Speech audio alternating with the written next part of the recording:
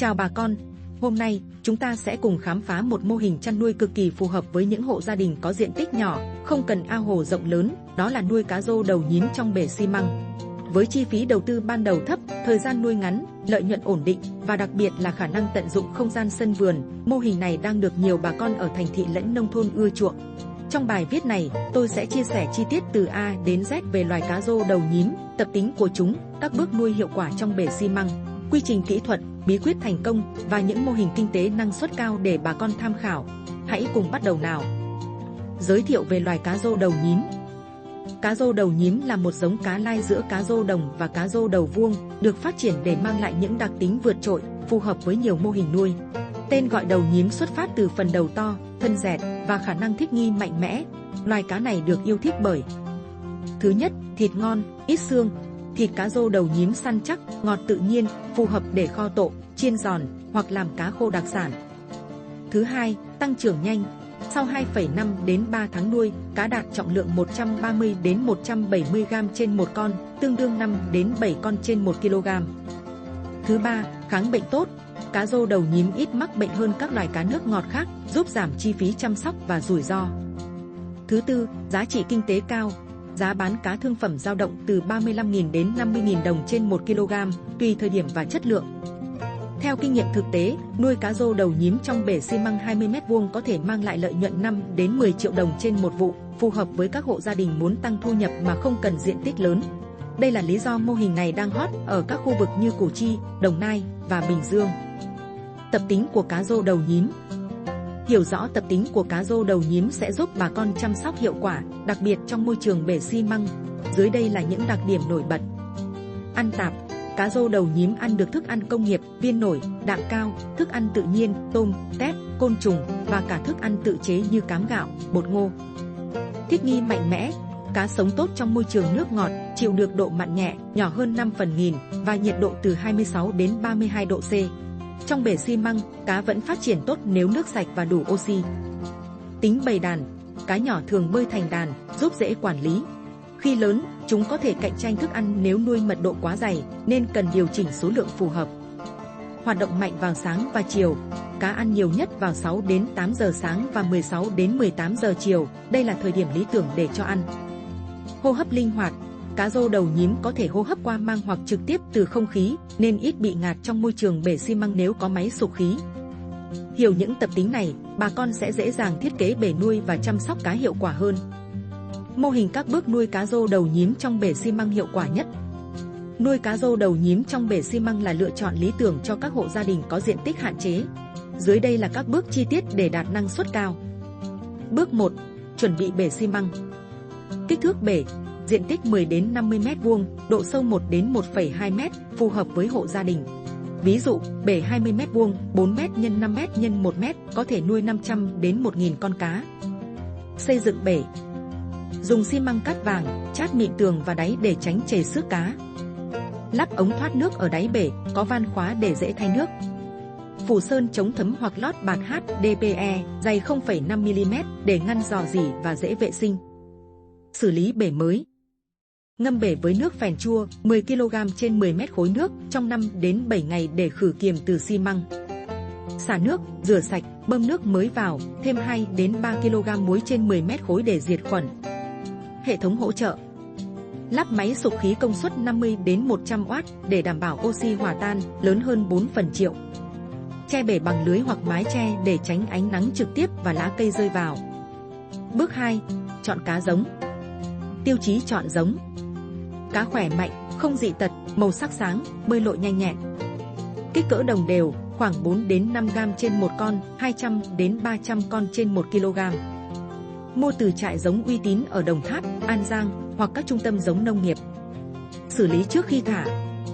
Ngâm túi cá trong nước bể từ 10 đến 15 phút để cân bằng nhiệt độ. Tắm cá bằng dung dịch muối 20 g trên 1 lít trong 5 phút để diệt ký sinh trùng. Mật độ thả 25 đến 50 con trên 1 m², tương đương 500 đến 1.000 con cho bể 20 m². Nếu có máy sục khí tốt, có thể thả 40 đến 50 con trên 1 m² để tối ưu năng suất. Bước 3. Chăm sóc và cho ăn. Thức ăn. Dùng cám công nghiệp dạng viên nổi, đạm 25 đến 35%. giá cám khoảng 15.000 đến 20.000 đồng trên 1 kg. Kết hợp thức ăn tự chế, cám gạo, bột đậu nành, bột cá để giảm 20% chi phí. Lượng thức ăn 4 đến 5% trọng lượng cho cá nhỏ, giảm còn 1 đến 2% khi cá lớn. Lịch cho ăn 2 lần ngày, 7 giờ sáng và 17 giờ chiều. Rải đều cám, vớt thức ăn thừa sau 30 phút để tránh ô nhiễm nước. Bổ sung dinh dưỡng cứ 10 ngày, trộn vitamin C 1 g trên 1 kg cám và men vi sinh 2 g trên 1 kg cám để tăng sức đề kháng. Bước 4. Quản lý môi trường bể. Chất lượng nước. Duy trì pH 6,5 đến 8, nhiệt độ 26 đến 32 độ C, oxy hòa tan lớn hơn 4/triệu. Thay 30 đến 50% nước cứ sau 7 đến 10 ngày, dùng bộ lọc cơ học để loại bỏ chất thải. Kiểm tra pH bằng giấy quỳ hoặc máy đo, điều chỉnh bằng vôi nông nghiệp nếu pH thấp. Phòng bệnh. Rải muối 1 đến 2 kg trên 10 mét khối hoặc vôi 0,5 kg trên 10 mét khối cứ sau 15 ngày để diệt khuẩn. Theo dõi cá hàng ngày, nếu thấy cá bơi lờ đờ hoặc có đốm trắng, cách ly và dùng thuốc kháng sinh erythromycin, tetracycline theo hướng dẫn. Vệ sinh bể. Dùng chổi mềm cọ đáy bể mỗi 2 tuần để loại bỏ cặn bã, tránh tích tụ khí độc. Bước 5. Thu hoạch. Thời điểm sau 2,5 đến 3 tháng, khi cá đạt trọng lượng 130 đến 170 g trên một con, 5 đến 7 con trên 1 kg. Cách thu hoạch. Dùng lưới nhỏ hoặc vợt để vớt cá, tránh làm cá chảy xước. Phân loại cá. Loại 1, đều, đẹp, giá 35.000 đến 50.000 đồng trên 1 kg. Loại 2, nhỏ, chảy, giá 20.000 đến 25.000 đồng trên 1 kg. Sản lượng. Với bể 20 m2, mật độ 40 con mét vuông, tỷ lệ sống 75%, bà con thu được 100 đến 120 kg cá, doanh thu 3,5 đến 6 triệu đồng một vụ. Quy trình kỹ thuật chi tiết. Dưới đây là quy trình kỹ thuật chi tiết để nuôi cá rô đầu nhím trong bể xi măng, đúc kết từ kinh nghiệm thực tế. 1. Thiết kế bể xi măng. Kích thước 10 đến 50 m2, độ sâu 1 đến 1,2 m. Ví dụ, bể 20 m2 chứa 10 đến 12 mét khối nước. Vật liệu: xi măng cát vàng, tỷ lệ 1/3, chát mịn, lót bạt HDPE hoặc sơn chống thấm. Hệ thống: ống thoát nước, đường kính 10 cm, máy sục khí 50W, lưới che bể. 2. Xử lý nước. Ngâm bể mới với phèn chua 10 kg trên 10 mét khối trong 5 đến 7 ngày, xả sạch, bơm nước mới. Thêm chế phẩm vi sinh, M hoặc men vi sinh Đức Bình, 10 ml trên 1 mét khối để kích thích tảo và vi khuẩn có lợi. Duy trì pH 6,5 đến 8, kiểm tra bằng giấy quỳ mỗi tuần. 3. Thả giống. Thời điểm: sáng sớm hoặc chiều mát, nhiệt độ nước 26 đến 28 độ C. Mật độ: 25 đến 50 con trên 1 mét vuông, thả 500 đến 1.000 con cho bể 20 mét vuông. Sau khi thả, nghỉ cho ăn 1 ngày để cá thích nghi. 4. Quản lý thức ăn. Giai đoạn 1, 1 đến 30 ngày, cám đạm 35%, cho ăn 4 đến 5% trọng lượng, 3 lần trên 1 ngày. Giai đoạn 2, 30 đến 90 ngày, cám đạm 25 đến 30%, cho ăn 1 đến 2% trọng lượng, 2 lần trên 1 ngày. Vớt cám thừa sau 30 phút, ghi chép lượng cám để điều chỉnh. 5. Phòng trị bệnh. Bệnh thường gặp: nhiễm khuẩn, đốm đỏ, vảy xù, ký sinh trùng, đốm trắng. Biện pháp: thêm muối 1 kg trên 10 mét khối hoặc thuốc tím 1 g trên 10 mét khối để xử lý. Dùng kháng sinh erythromycin 10 mg trên 1 lít nếu bệnh nặng. Bổ sung vitamin C và men tiêu hóa định kỳ. 6. Thu hoạch và tiêu thụ. Vớt cá bằng vật lưới mềm, vận chuyển cá sống đến chợ hoặc cơ sở thu mua. Chế biến cá khô, sấy bằng máy Sasaki hoặc làm chả cá để tăng giá trị, giá bán khô cá lên tới 150.000 đến 200.000 đồng trên 1 kg. Bí quyết thành công. Để nuôi cá rô đầu nhím trong bể xi măng đạt hiệu quả cao, bà con cần lưu ý những bí quyết sau. Chọn giống chất lượng. Mua cá giống từ trại uy tín, kiểm tra kỹ trước khi thả. Cá giống tốt giúp tăng tỷ lệ sống và tốc độ lớn. Duy trì chất lượng nước. Nước sạch, đủ oxy là yếu tố sống còn. Máy sục khí nên chạy liên tục 8 đến 10 h trên một ngày, đặc biệt vào ban đêm. Tối ưu chi phí thức ăn. Kết hợp cám công nghiệp và tự chế, bột cá, cám gạo để giảm 20 đến 30% chi phí. Ví dụ, anh Nguyễn Văn Hùng, Củ Chi giảm được 15% chi phí nhờ tự chế cám. Theo dõi thường xuyên. kiểm tra bể mỗi ngày, ghi nhật ký nuôi, lượng cám, tình trạng cá, pH nước để điều chỉnh kịp thời. Phòng bệnh chủ động, dùng muối, vôi hoặc chế phẩm vi sinh định kỳ để ngăn ngừa bệnh. Nếu phát hiện cá bệnh, cách ly ngay để tránh lây lan. Tận dụng không gian, kết hợp nuôi cá với trồng rau thủy canh trên mặt bể để tăng thu nhập, tận dụng chất thải từ cá làm phân bón. Một số mô hình hiệu quả kinh tế, năng suất cao. Dưới đây là 3 mô hình nuôi cá rô đầu nhím trong bể xi măng nổi bật đã được áp dụng thành công. Mô hình 1, nuôi trong bể xi măng lót bạt. Địa điểm: Củ Chi, thành phố Hồ Chí Minh. Quy mô: bể 20m2, lót bạt HDPE, sâu 1m. Mật độ: 40 con trên 1m2, thả 800 con. Thời gian nuôi: 3 tháng. Sản lượng: 100 kg, tỷ lệ sống 75%.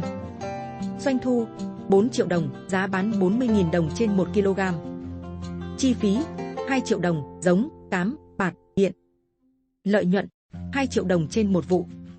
Ưu điểm: kiểm soát nước tốt, ít bệnh, phù hợp hộ nhỏ. Mô hình 2, nuôi kết hợp rau thủy canh. Địa điểm: Bình Dương. Quy mô: bể 30m2, lắp giàn thủy canh trồng rau muống, cải xanh. Mật độ: 30 con trên 1m2, thả 900 con. Thời gian nuôi: 3 tháng. Sản lượng: 120 kg cá, 50 kg rau. Doanh thu: 4,8 triệu đồng, cá, 40.000 đồng trên 1 kg, cộng 1 triệu đồng, rau, 20.000 đồng trên 1 kg. Chi phí: 2,5 triệu đồng, giống, cám, giàn thủy canh. Lợi nhuận: 3,3 triệu đồng trên một vụ. Ưu điểm: tăng thu nhập từ rau, tận dụng chất thải cá làm phân bón. Mô hình 3, nuôi quy mô lớn trong nhiều bể. Địa điểm: Đồng Nai. Quy mô: 5 bể, mỗi bể 50m2, tổng 250m2. Mật độ: 50 con mét vuông, thả 12.500 con. Thời gian nuôi: 3 tháng. Sản lượng: 1.500 kg, tỷ lệ sống 70%. Doanh thu: 60 triệu đồng, giá bán 40.000 đồng trên 1 kg. Chi phí: 30 triệu đồng, giống, cám, điện, bể. Lợi nhuận: 30 triệu đồng trên một vụ. Ưu điểm: năng suất cao, phù hợp với hộ có vốn đầu tư lớn. Nuôi cá rô đầu nhím trong bể xi măng là mô hình lý tưởng cho bà con có diện tích nhỏ nhưng muốn phát triển kinh tế bền vững. Với chi phí thấp, thời gian nuôi ngắn và khả năng tận dụng không gian sân vườn, mô hình này không chỉ mang lại lợi nhuận mà còn dễ quản lý. Bằng cách áp dụng đúng kỹ thuật, chọn giống chất lượng và chăm sóc cẩn thận, bà con có thể đạt lợi nhuận 20 đến 30 triệu đồng trên một vụ, tùy quy mô. Hãy bắt đầu ngay hôm nay. Nếu bà con cần thêm thông tin, hãy liên hệ các trung tâm khuyến nông hoặc trại giống uy tín. Chúc bà con thành công với mô hình nuôi cá rô đầu nhím trong bể xi măng. Nếu thấy hay, bà con đừng quên like, chia sẻ và đăng ký ủng hộ kênh Bạn của Nhà Nông để nhận thêm nhiều kinh nghiệm bí quyết hay cùng làm giàu và phát triển bền vững từ nghề nông. Chúc bà con thành công và hẹn gặp lại trong video tiếp theo.